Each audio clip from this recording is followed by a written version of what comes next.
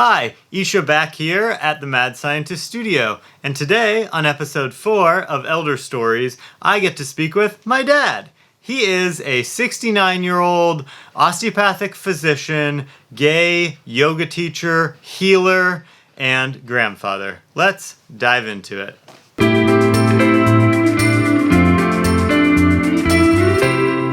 Hi, Dad. Welcome.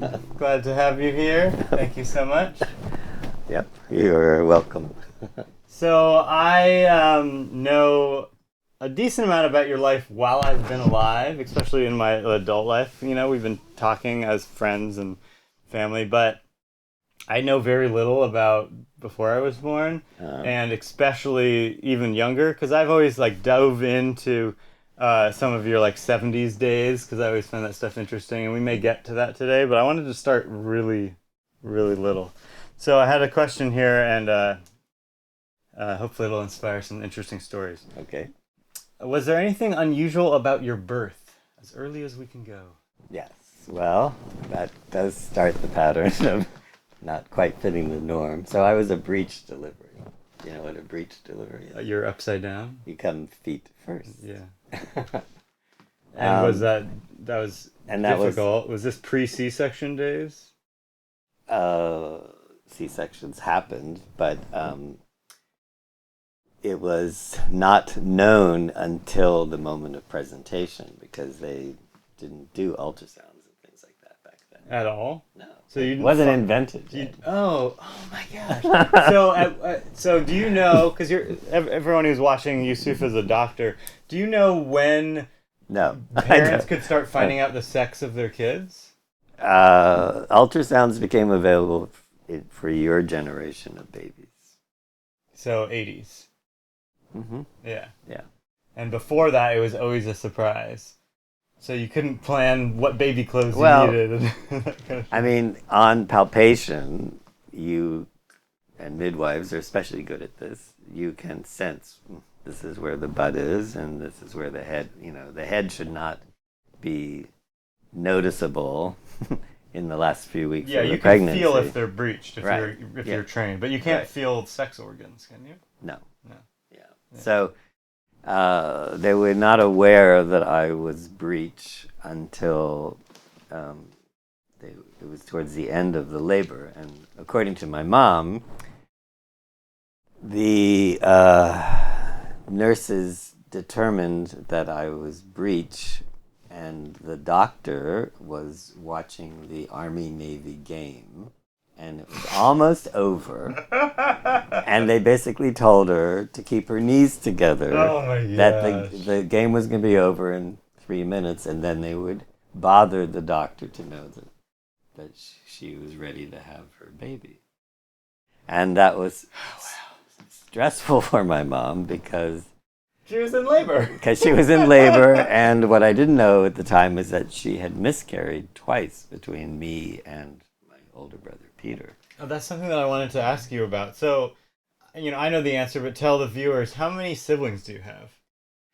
I was the middle child of 5 live births, but there were 7 pregnancies. So there's only 2 miscarriages among the 5 kids. And were there any... Because this is back when people had a lot of kids and medicine wasn't so advanced. Were there kids that were born and died later? Yes. Well, not to age myself, but the percent of partly why people had so many babies is that there was a high percentage of babies that died within the first 5 years of life. And did that happen within your family? No. Okay, but it was common at the time. Yeah. Yeah. Because there weren't all the vaccinations for childhood immunity, for childhood diseases. Yeah. And also there weren't availability of doctors and things like that as easily now. So if you're living out in the country and your kid got a high fever, maybe you didn't finish the whole birth process. Okay, so is there more of this story that you want to dive into? Okay, I'm sorry. Go ahead. So then the doctor did show up and they delivered me. But then according to my mom, I wasn't able to suck. You weren't able to latch. Yeah. And so that began this whole process of trying to figure out what formula. So did they have lactation consultants back then to help moms learn how to nurse? So in the That seems pretty important. So in the 50s, the scientific model was that a man-made product, a formula, would be more nutritious and better than what nature created. And did they not know So it was about... not encouraged to breastfeed. And they don't know about colostrum yet, or probiotics that you naturally get from the mom? That stuff was discovered later? When did we figure that out? Again, for your generation, when we once again said, no, it makes more sense that if women produce milk, that it's probably what a child needs. But in the 50s, it was like everything could be better. If we can make everything better than nature or natural. And so in a simple way, that's like microwave ovens or like things and vacuums that make your life easier at the home. But it went to the medical fields as well. So I was, in retrospect, I was a failure to thrive baby because I wasn't putting on weight and I was having a lot of what I think was colic. Yeah. And so, because your mom had breastfed other kids, they're like, oh, it's not your milk ducts or anything like that.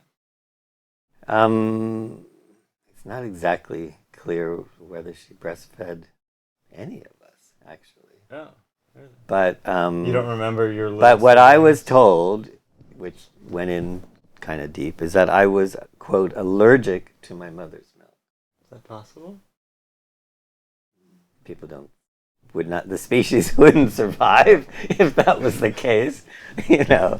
Yeah. So I've pondered that, and I think that my mother really didn't process the loss of the two pregnancies. Because the other thing was, she said, you were like a 19-month pregnancy. You mean there was another miscarriage she didn't know about? Is that what you're saying then? I'm saying that in retrospect, afterwards, we realized that she got pregnant, miscarried, got pregnant, miscarried, got pregnant, got me. And so she was like, I worried about you for 19 months.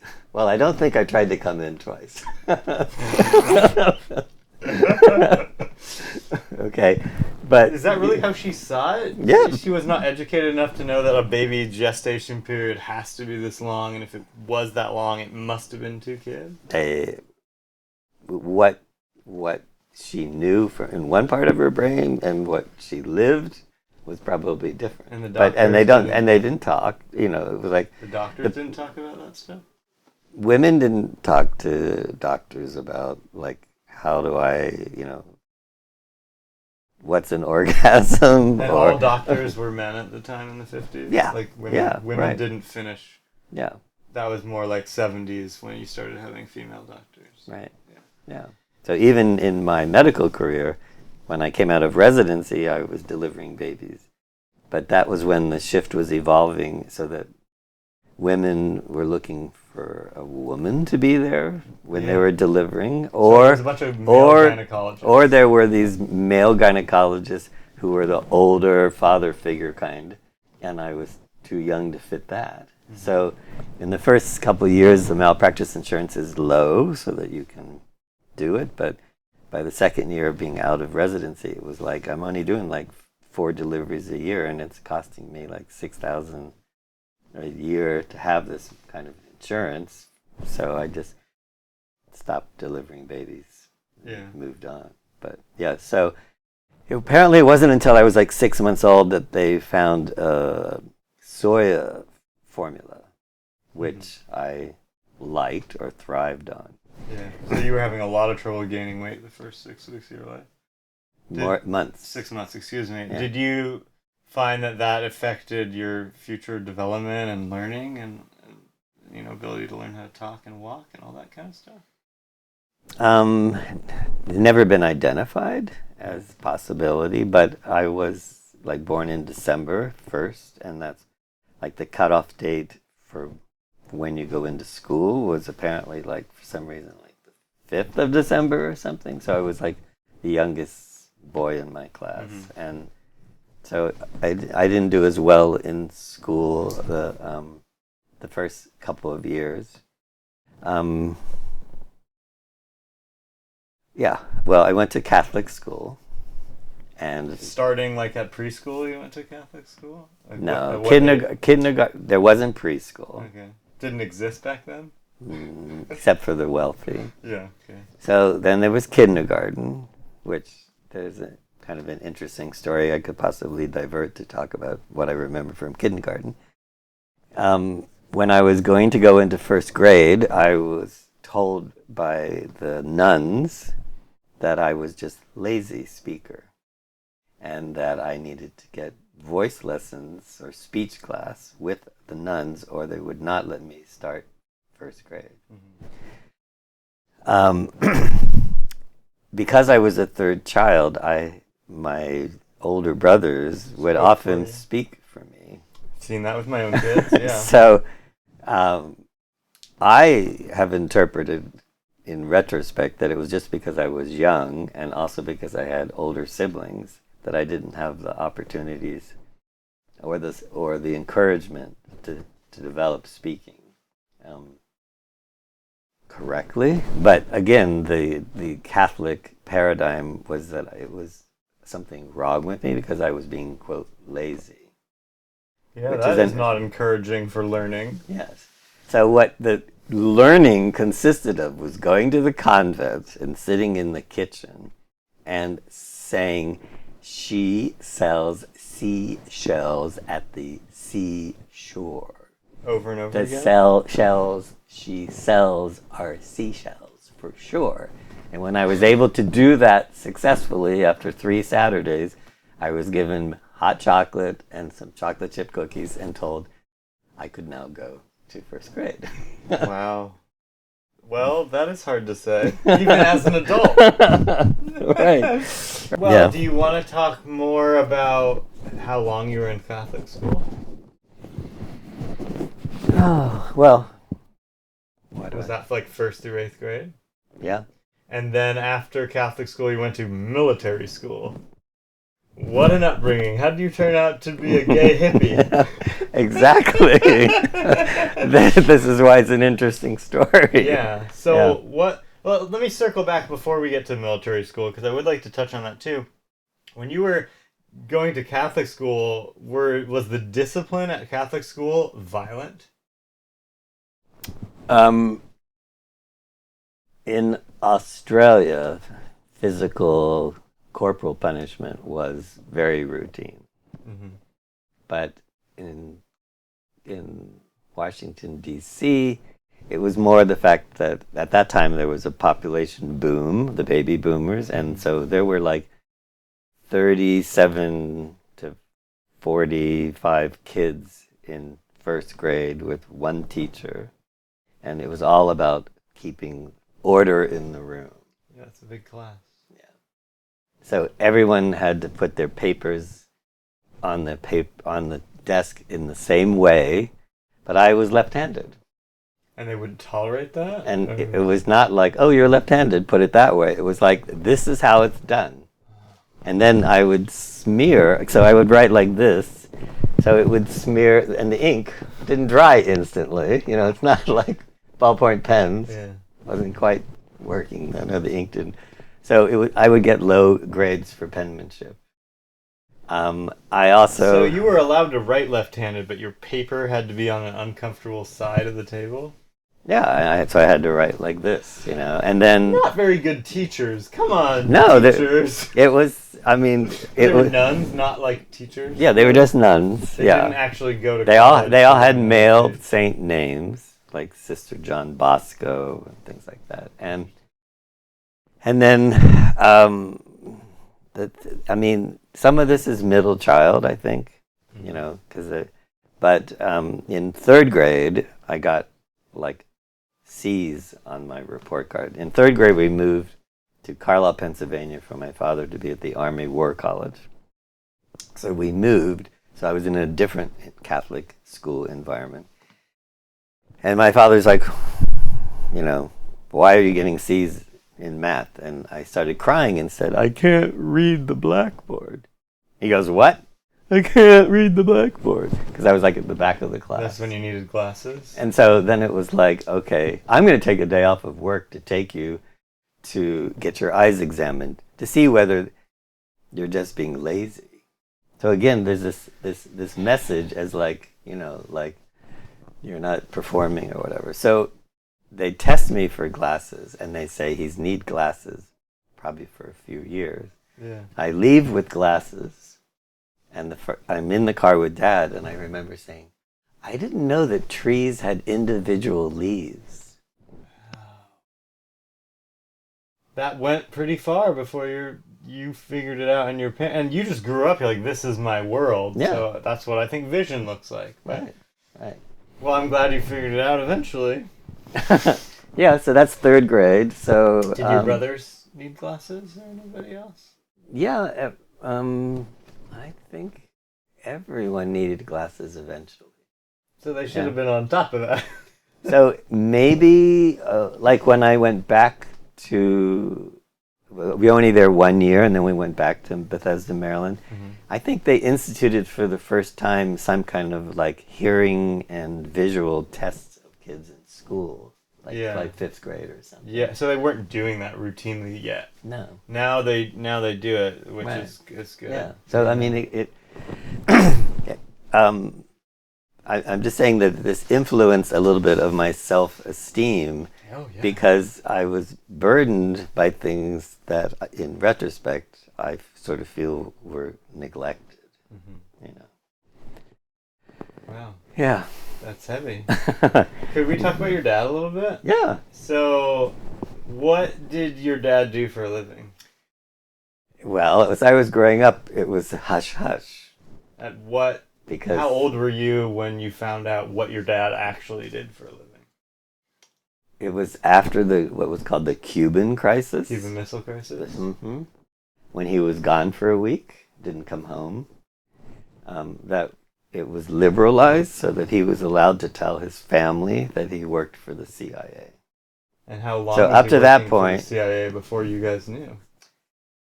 He was recruited by the CIA from the Library of Congress as soon as it was formed after World War II. So we just knew that he worked for the government. Mm-hmm.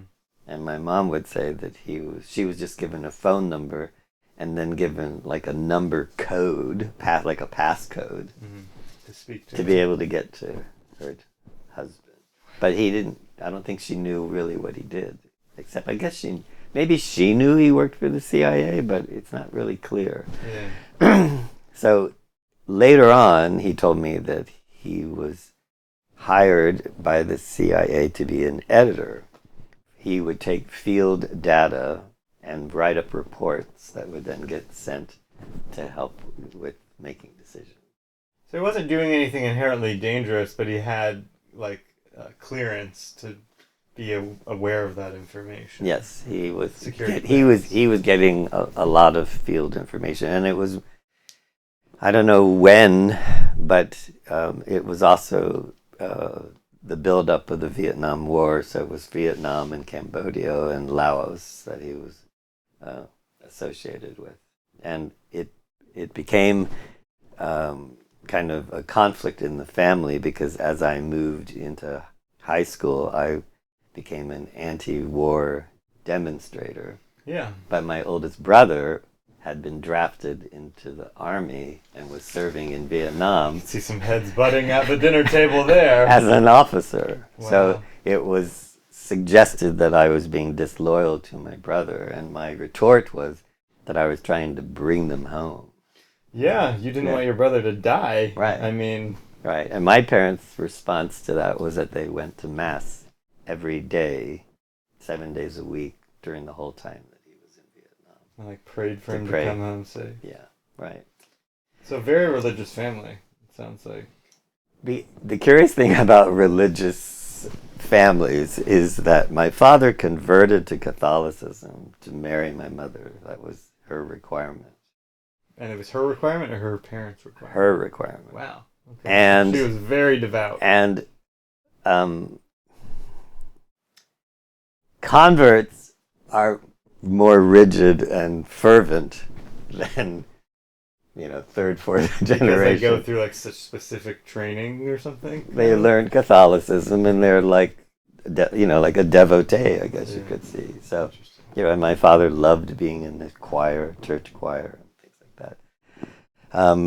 Did he teach you how to play piano? He paid for me to take piano. Yeah. I don't remember my father sitting down with me and playing the piano with me until my recital in like 5th grade. But you had been doing lessons for a long time. We had a baby grand piano in the living room. Where'd that go? I want the family baby grand. When we went to Australia for 2 years, my father decided that he didn't want to pay for the storage for 2 years. So he sold it. But the piano in my youth was my ally. It was your escape. Because I wasn't encouraged to identify emotions or to express emotion. But on the piano, I could find music that expressed emotion. Yeah, so you could play sad music if you were feeling down, and you could play bright music if you were feeling good. And I preferred bright music, but sometimes, and I loved improvising. But this interfered with my mother's training because my mom grew up during the Depression above a funeral parlor. Her father was a mortician. Okay. And because of the hard times, they had to move back in to the funeral parlor house. So she grew up where you have to be quiet because there's dead people downstairs and people grieving for them. Wow. So she had a complex about quiet. With 5 kids, it was never quiet. Absolutely.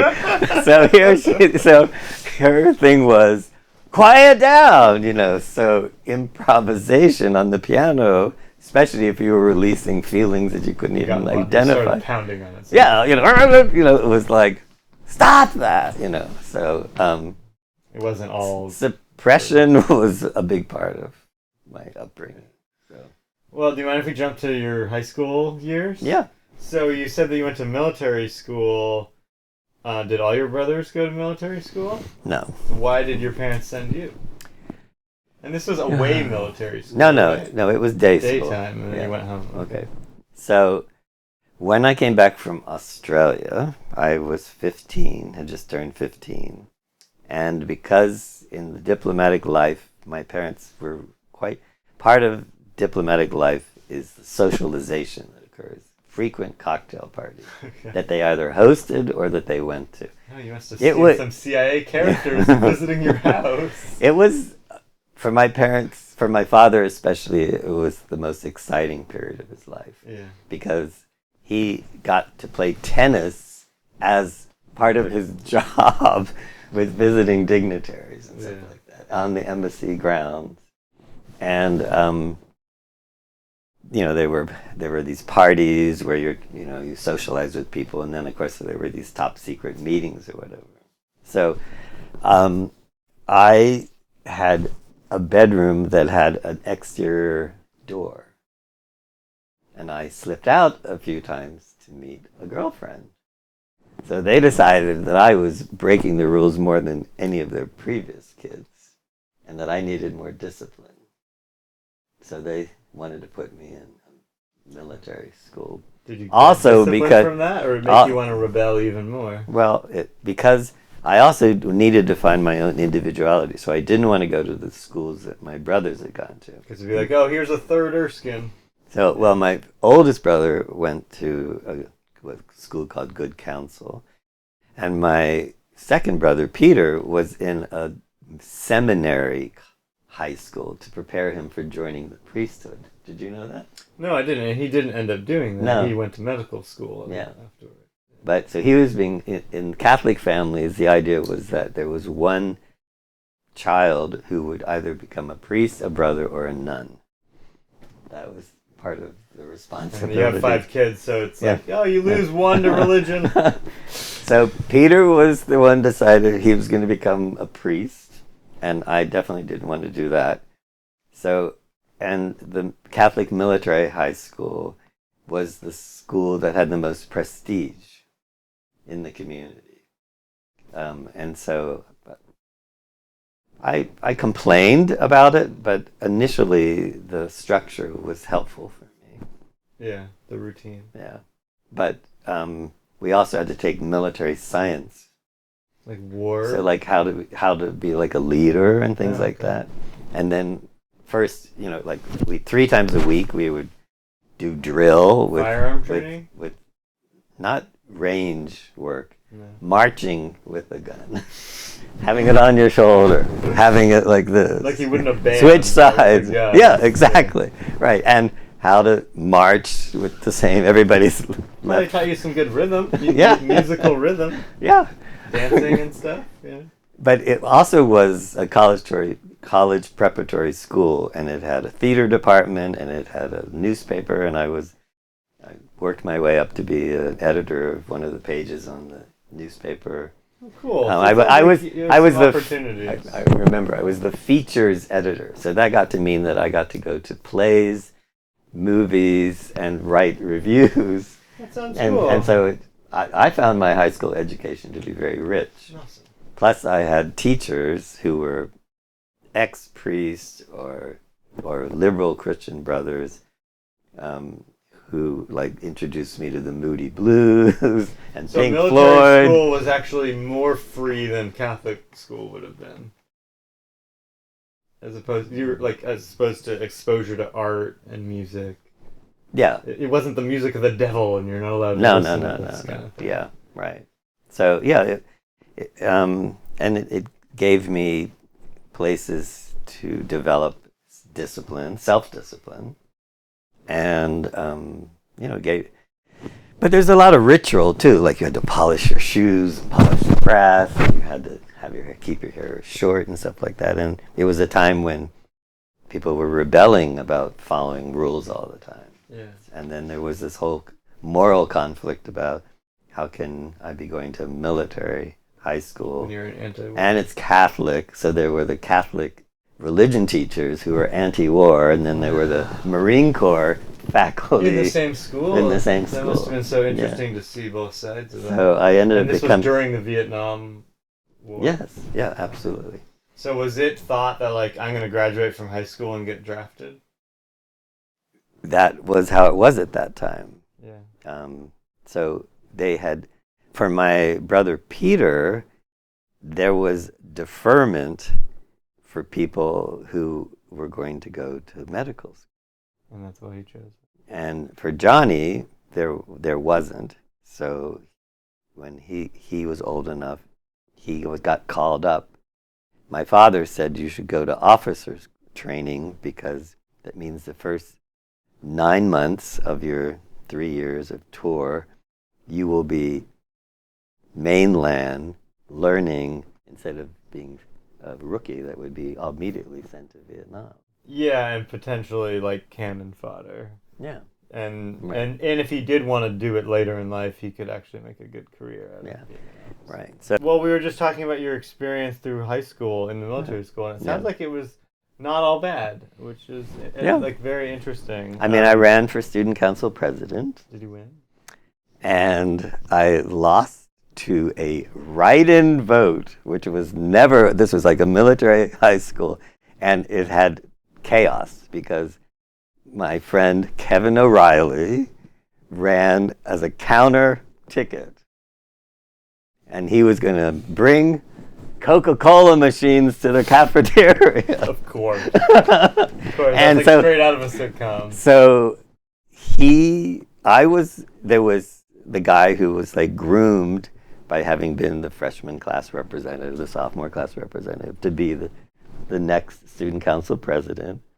And then I came in as sort of like the liberal, that we needed to open up the curriculum more and things like that.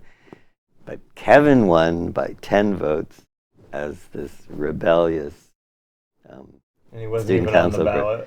ballot. Yeah. And then he only did it for 90 days before he decided this is BS. And so he resigned, and then the guy who wanted to be the president became the president. But that process of running for student council president and having to get in front of the whole assembly, give my speech and everything like that, that was... Learn how to be a public speaker. That was scary for me. And I had a mentee or mentor who was a year older than me, who told me, just pretend that everyone sitting out there in the assembly is naked. Well, for someone who is starting to become aware that he was attracted to men, that didn't help. Thank you very much for coming. I really enjoy your stories. Thanks. Hope we can do it again sometime. Okay. I really want to hear. You just touched on, coming out as gay and at a military school in a Catholic family.